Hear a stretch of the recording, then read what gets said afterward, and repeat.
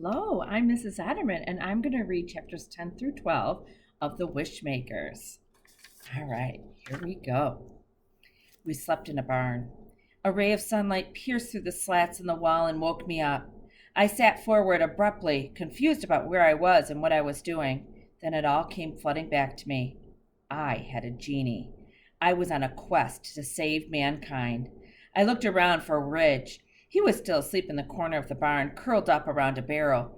It seemed odd that genies needed sleep the same way we did. More and more, I was realizing that Ridge seemed like an ordinary kid. He didn't know everything. He got blisters, and as I learned the night before when we crept into the stranger's barn, he was sort of afraid of the dark.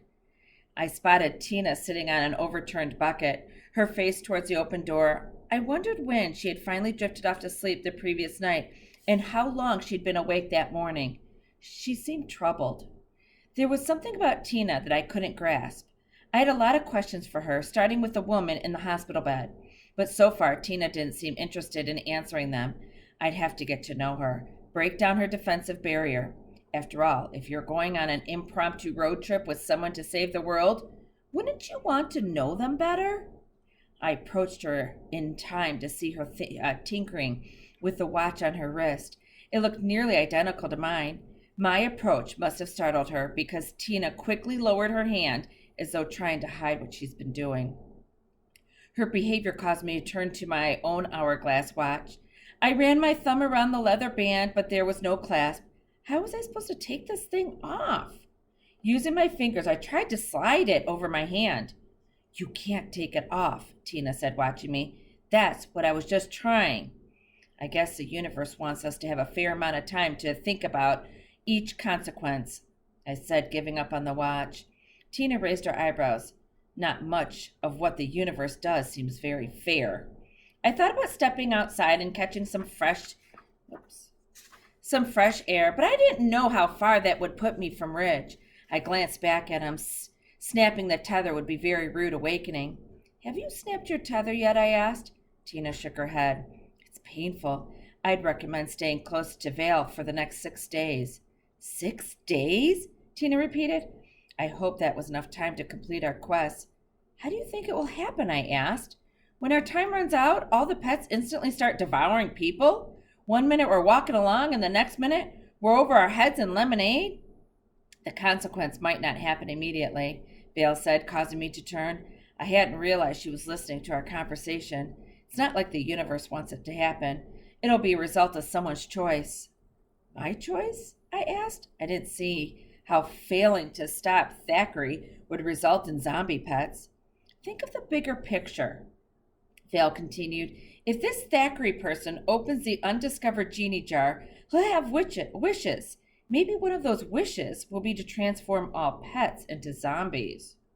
I stood up, sighing.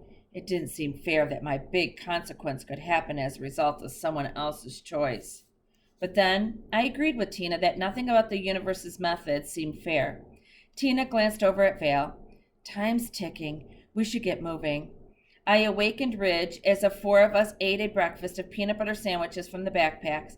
I could tell the day was going to be a hot one. I was already thirsty. I was just about to wish for something to drink when Tina unzipped a backpack and handed me a bottle of cold water. Where'd you get the backpack? I was pretty sure she hadn't had one yesterday.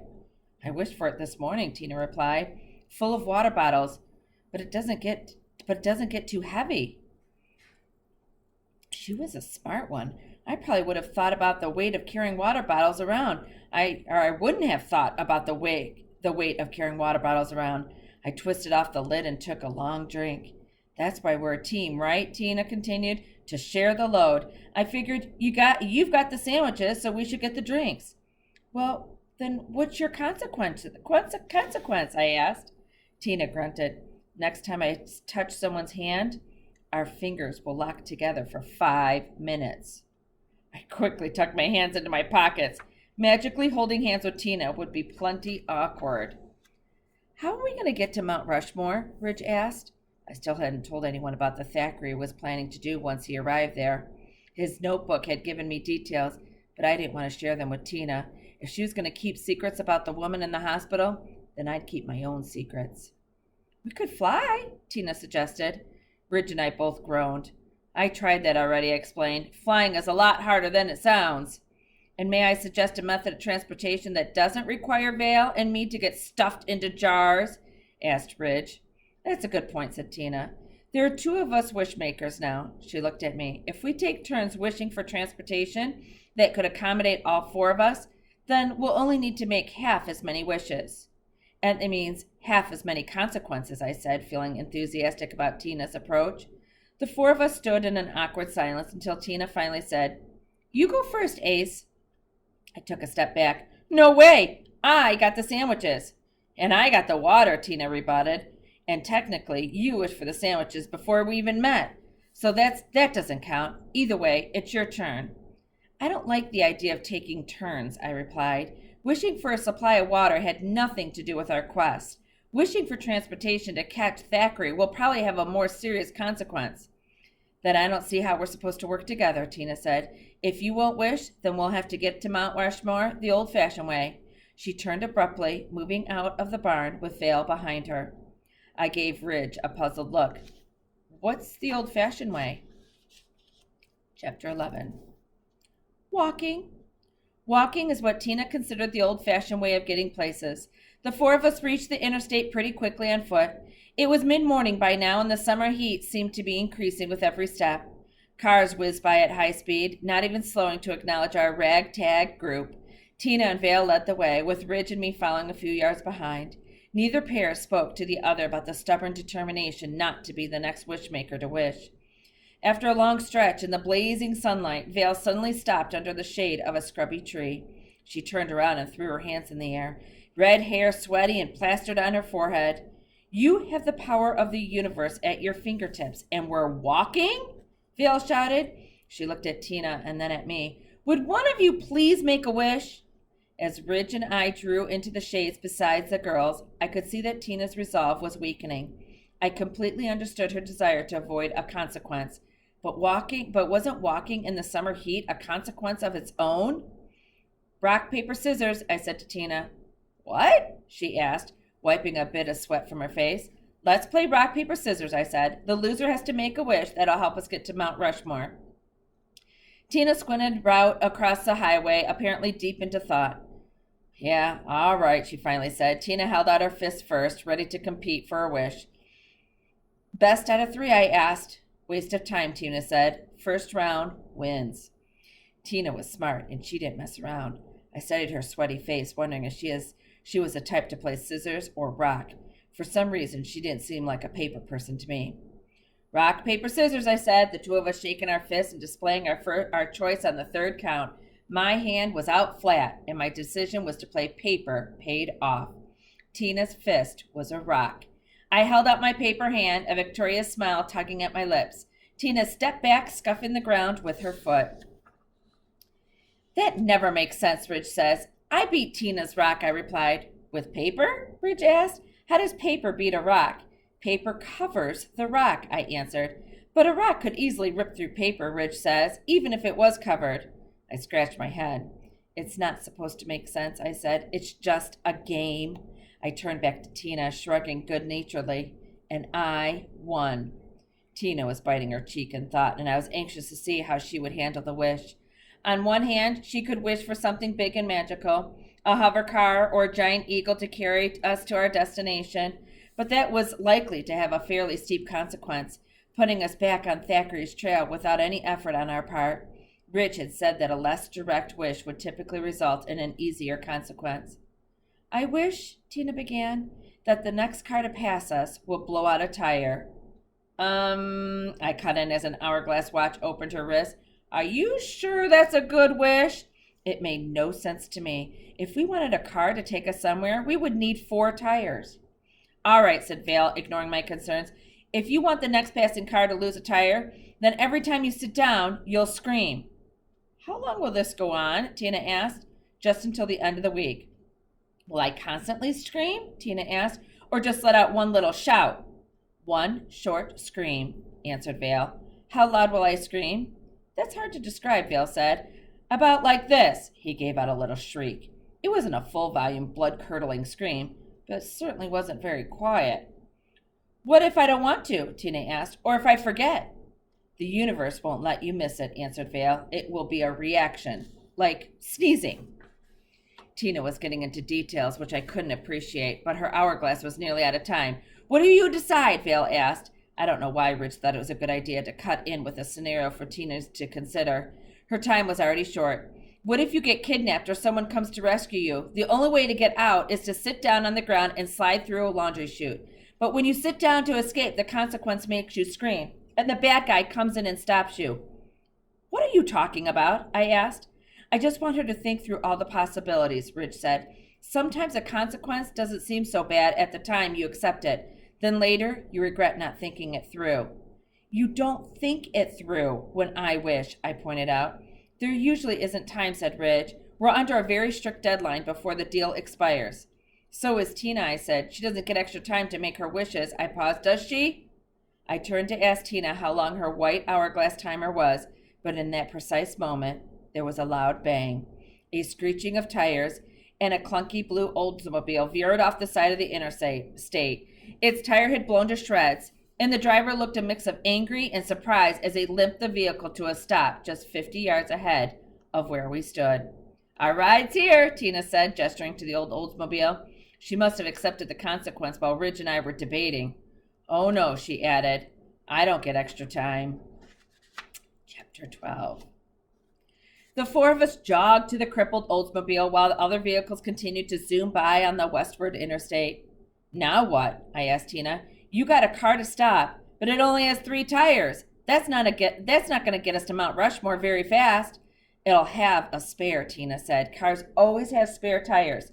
We'll put it on, and in exchange for our good deed, the nice driver will give us a ride west. It would have been a good plan, but we quickly learned that the driver was not nice. Nor did he have a spare tire. Nor was he interested in giving us a ride anywhere. Ahoy, ye little scallywags, shouted the man as soon as we drew close. He was standing beside the blown-out tire, one hand on his bony hip, the other tracing through the stringy hair. His pants were a bit too short, his hair was a bit too long, and the expression on his face was a bit too ornery. And for the life of me, I couldn't understand why the man was talking like a pirate. It'd be your fault for standing around the highway like vultures. Ye be causing me to swerve and wreck my tires, the man was ranting, his angular face sneering at the four of us. Look what you've done to me, to my car. Looking through the back window of the car, I saw a kid in the passenger seat. He looked a little younger than me, maybe 10 or 11. I'm sorry, sir, Tina began. We'd be happy to help you put on a spare. There be no more spares in here, vessel, shouted the driver. The tire that blew? That was a spare. I sighed. Tina had gotten us into a mess by making a tricky wish. Now she would scream whenever she sat down, and it would be for nothing, since the angry driver couldn't take us anywhere. I quietly backed up until I was right beside the genie. Ridge, I whispered, I wish I had a spare tire for this car. My hourglass watch clicked out, and I casually held it behind my back to conceal it from the man, although Ridge had to explain that the universe would shield our magic from this suspicion. You can have the tire, said Ridge, but for the rest of the week, you have to salute every time you see a white car. Salute? I asked. In response, Ridge clicked his feet together and raised a stiff hand to his eyebrow in a classic military salute. What if I forget to do that? I asked. You won't, he answered. It'll be like Tina's scream. If you accept the consequence, the universe will make sure you salute. You won't even be able to control it. It'll be a reflex. I nodded to show I understood. Saluting white cars wouldn't be too bad. I was about to accept the consequence when Ridge decided to add a little hypothetical situation. What if you find yourself dangling from a branch over a pool of alligators in the jungle? One arm is broken, but the other is clinging for dear life. Then a white car drives by, and the universe forces you to salute, causing you to fall to your death. There are so many things wrong with that example. I don't even know where to begin, I said. Why would there be a branch dangling over a pool of alligators? And how could a white car drive by if I'm in the middle of a jungle? Ridge shrugged. I'm just talking it through with you. Isn't that what you wanted? I took a quick peek at my hourglass and barely hissed out, Bazang! Before the sand expired. Instantly, I felt a huge weight fill my backpack. Such a large weight that I was thrown backwards and pinned to the ground. My backpack also ripped and smashed peanut butter sandwiches flew everywhere.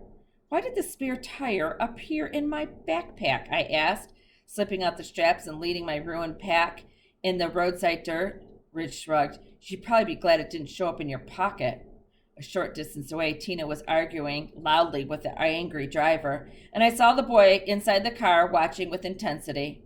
I only offered to help, Tina was saying. You don't have to be so rude about it. Yarr! Cried the stranger. When I was a lad, I spoke with respect to my superiors. Your motley crew can walk to the grave and I'd sing a serenade as ye go.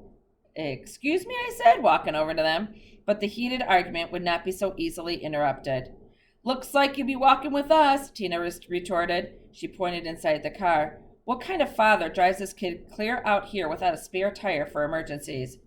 Don't ye be speaking to me, son, said the driver, putting his hand over the window to block the boy's view. We be two birds of a feather. Excuse me, I shouted, stepping between Tina and the pirate speaker. I happen to have a spare tire. You do? Tina asked. Ye do? Asked the man. I pointed to my ripped backpack in the dirt, surrounded by peanut butter sandwiches. It would be crazy to leave home without one, I said. Ridge was pulling the spare out of the pack and trying to tip it upright with all his strength. We'd be happy to put it on your car if you'd give us a lift. The strange man paused in for a moment. Where be ye headed? Mount Rushmore, I said, pointing west, or as far as you'll take us. Popular destination, answered the man. Ye have yourself a deal. I looked back at Ridge, who had finally managed to tip up the tire, only to have it roll down the roadside. Luckily, Vale moved in, halting the runaway spare with her foot. It would have been easier if Tina and I had wished the tire on, but we were being stubborn again, both feeling like our latest consequences were in vain. If you had been the driver, you would have been grateful for our help. You might have even thought we were guardian angels waiting on the roadside with a perfect spare tire in your backpack, ready to install it and send you on your way. You certainly would have helped us to install the tire. But not this guy. He stood by, arms folded, and watched 4 kids figure out how to install a spare tire. My skin crawled under his stare. It was almost like his eyeballs could shoot little invisible darts that made me feel worthless. Twice during the gritty work, I stopped to salute a passing white car. It was the strangest sensation to lose control over my body.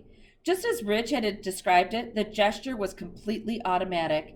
One moment, I was down on my knees in the gravel. The next moment, I was leaping up, my heels clicked together, and my head jutting up to my brow.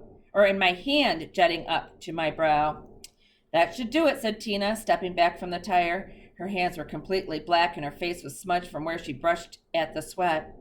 I looked up, hoping to finally get the thanks and acknowledgement we deserved for our good service. The man was nowhere in sight. I glanced into the car and saw the back of his greasy head just settled into the driver's seat. With a few cranks, the car turned on. I reached for the handle on the back door, but before my fingers made contact, the man sped away, his new tire kicking up rocks and dirt on us. I heard him laugh as he merged onto the freeway. His window was down, and he reached out one bony arm, shaking his fist as he taunted, "Yar! That'll teach ye! The world is full of suckerfish. Maybe next time ye won't be one." Ooh, chapter 13. So that was a very nice guy. Fun reading with you guys. Have a great night.